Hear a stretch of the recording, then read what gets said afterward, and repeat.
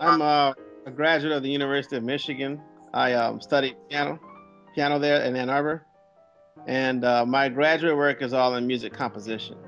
I finished there in 2005 with a doctorate in piano in composition, and I'm teaching it in Baltimore at the Morgan State University.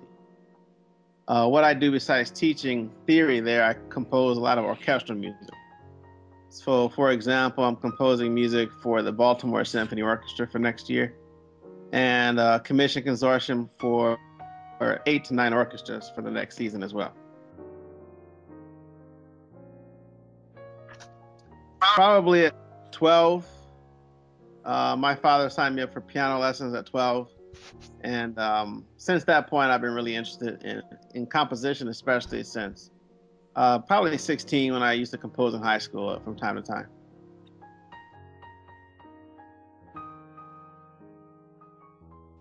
Well, some of the composers, early composers, were probably Beethoven, Chopin, Debussy, Bach, of course, and Johannes Brahms. That was the early stages. And in terms of piano music, probably Frederick Chopin and Franz Liszt.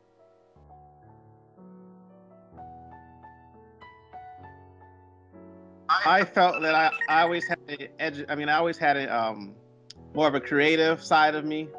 I used to compose since high school, so I believe that I would probably be more successful musically as a composer than a pianist. That makes sense. Like because more like you have more variety, like you could do more with like different, more like a lot of instruments than just like with one, or for what reason? Sure, because as a pianist, I would have to play the same program. If I were going to have a career as a concert pianist, I would probably play the same recital from various cities. And to me, that felt a little boring to play the same 5, 6 works throughout the country or other countries. But there's a lot more variety in terms of what I can do as a composer, writing music for orchestra or maybe writing music for choir or one piano, a few instruments. So that just provides a lot more creativity in terms of what I wanted to do with my music.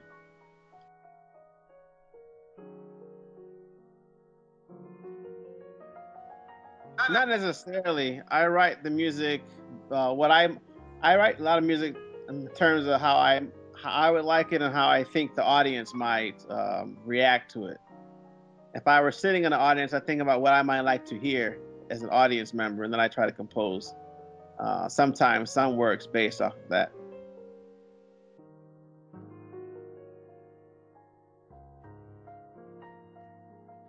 A lot of times I have subject matter that has to do with the biblical books of Daniel and Revelation. So there might be a spiritual aspect to it. A lot of times it's based off of history. A lot of times it's based off of prophetic aspects as well.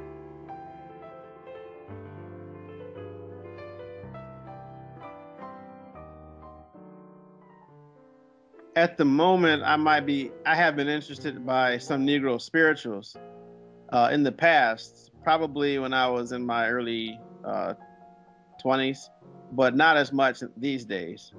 In terms of composers that I would be interested in that are African American, one would be George Walker and Ollie Wilson. He actually, you probably know Ollie Wilson, right? Yeah, yeah. Yeah, he's responsible for helping me to win 2 big awards in New York. So he's a good friend of mine. um, and William Grant Still, a composer from the earlier part of the 20th century. So probably those three.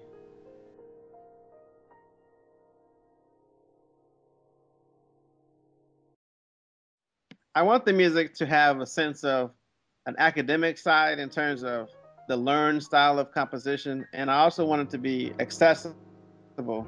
So someone who is not necessarily who has not studied classical music or contemporary concert music should be able to appreciate the music as well. They should find something in the music that they can take back and appreciate.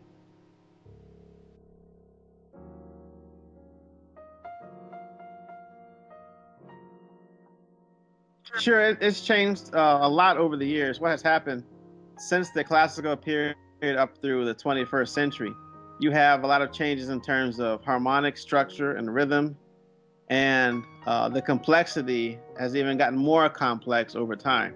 But what has happened in today's culture, it seems that modern composers, even though they might have something that might sound very abstract, they still try to be very accessible, because otherwise they might not have a public that will hear their music if it's too avant-garde. So what seems to happen these days, certain influences that occurred earlier in the past, they seem to have incorporated those as well, so that some of the accessible aspects of that music can actually be put and simplified in their music today.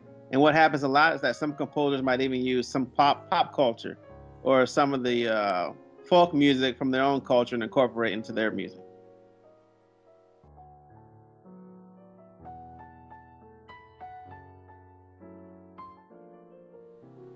Maybe at the beginning, but once they hear it, no. They might think I'm gonna write gospel and jazz, or but that's not what they're gonna hear once the first note is played.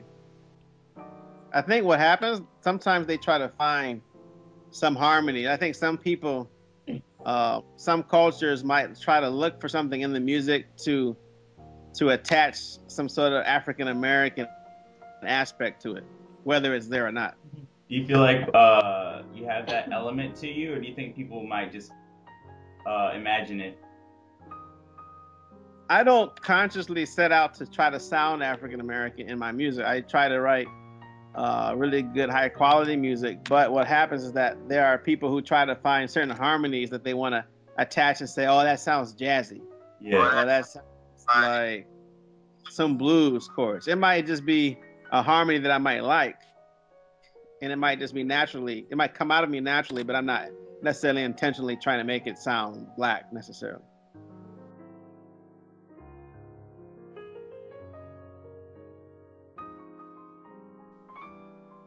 Right now, it's probably a different soldier's tale. That's an orchestra piece.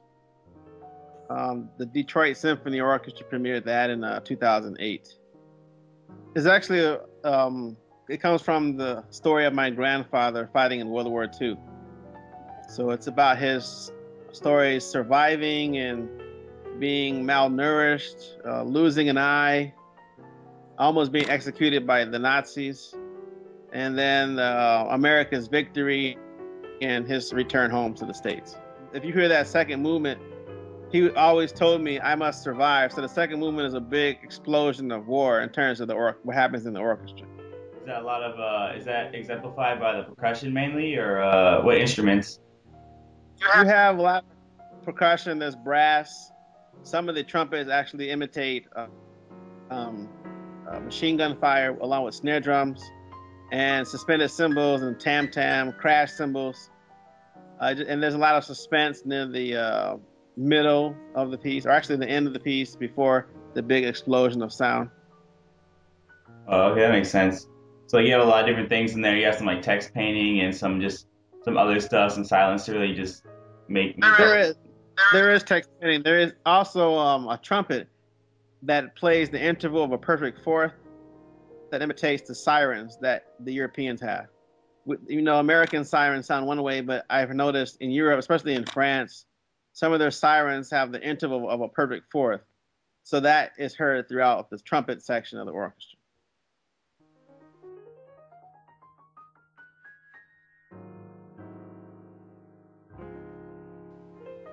Oh, Scenes Upon Eternity's Edge. Scenes Upon Eternity's Edge. What Yes, about it is so like appealing to you? What do you like about it? because it's about a subject matter that's really dear to me. It's about this theme called the Great Controversy, and it's a biblical theme between Christ and Satan. That's what happens throughout the work. So various aspects, especially from the Book of Revelation, are explored in that particular composition, and that's actually a composition for flute, violin, cello, and piano.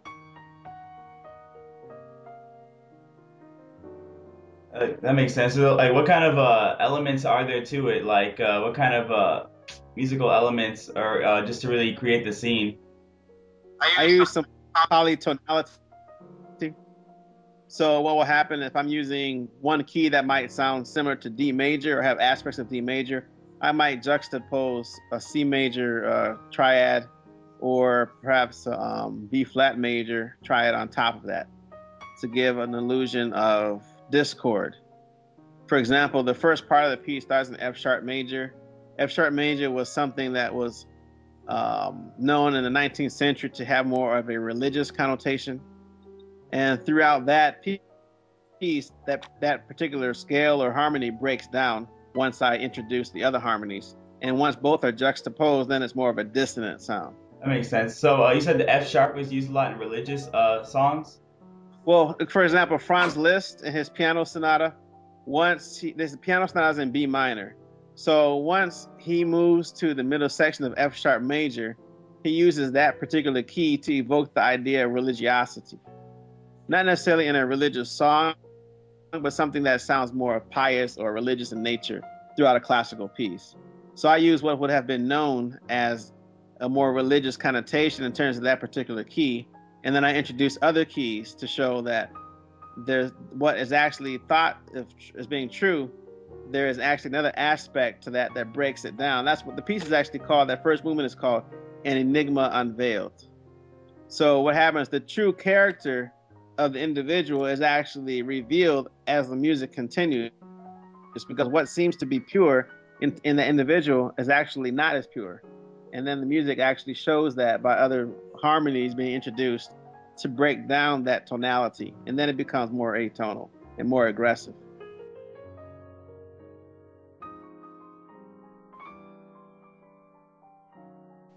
I like to compose various ways. Sometimes I compose in the middle and then I move from right to left or left to right. For example, this piece that I'm writing for the Baltimore Symphony Orchestra is a piece about Harriet Tubman and her life. The first part of the music that I wrote does not necessarily happen until maybe 5 minutes into the composition. Sometimes I might be inspired to start in a different part of the work and then work backwards like that. So I might work in sections with my manuscript paper and a pencil, or if I'm really pressed for time, I might compose directly into my software program on my laptop.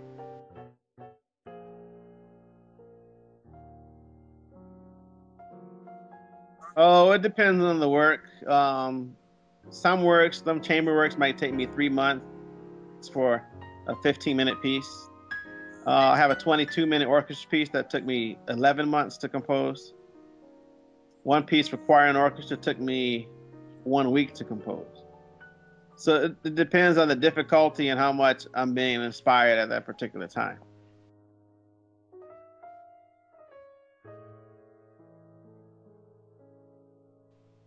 When I listen to it, like I play it back to myself, and when I can listen to it and feel that all the harmonies and all the ideas, the melodies have been fully developed, and when I can come to some sort of sense of resolution, then I decide that the piece is ended.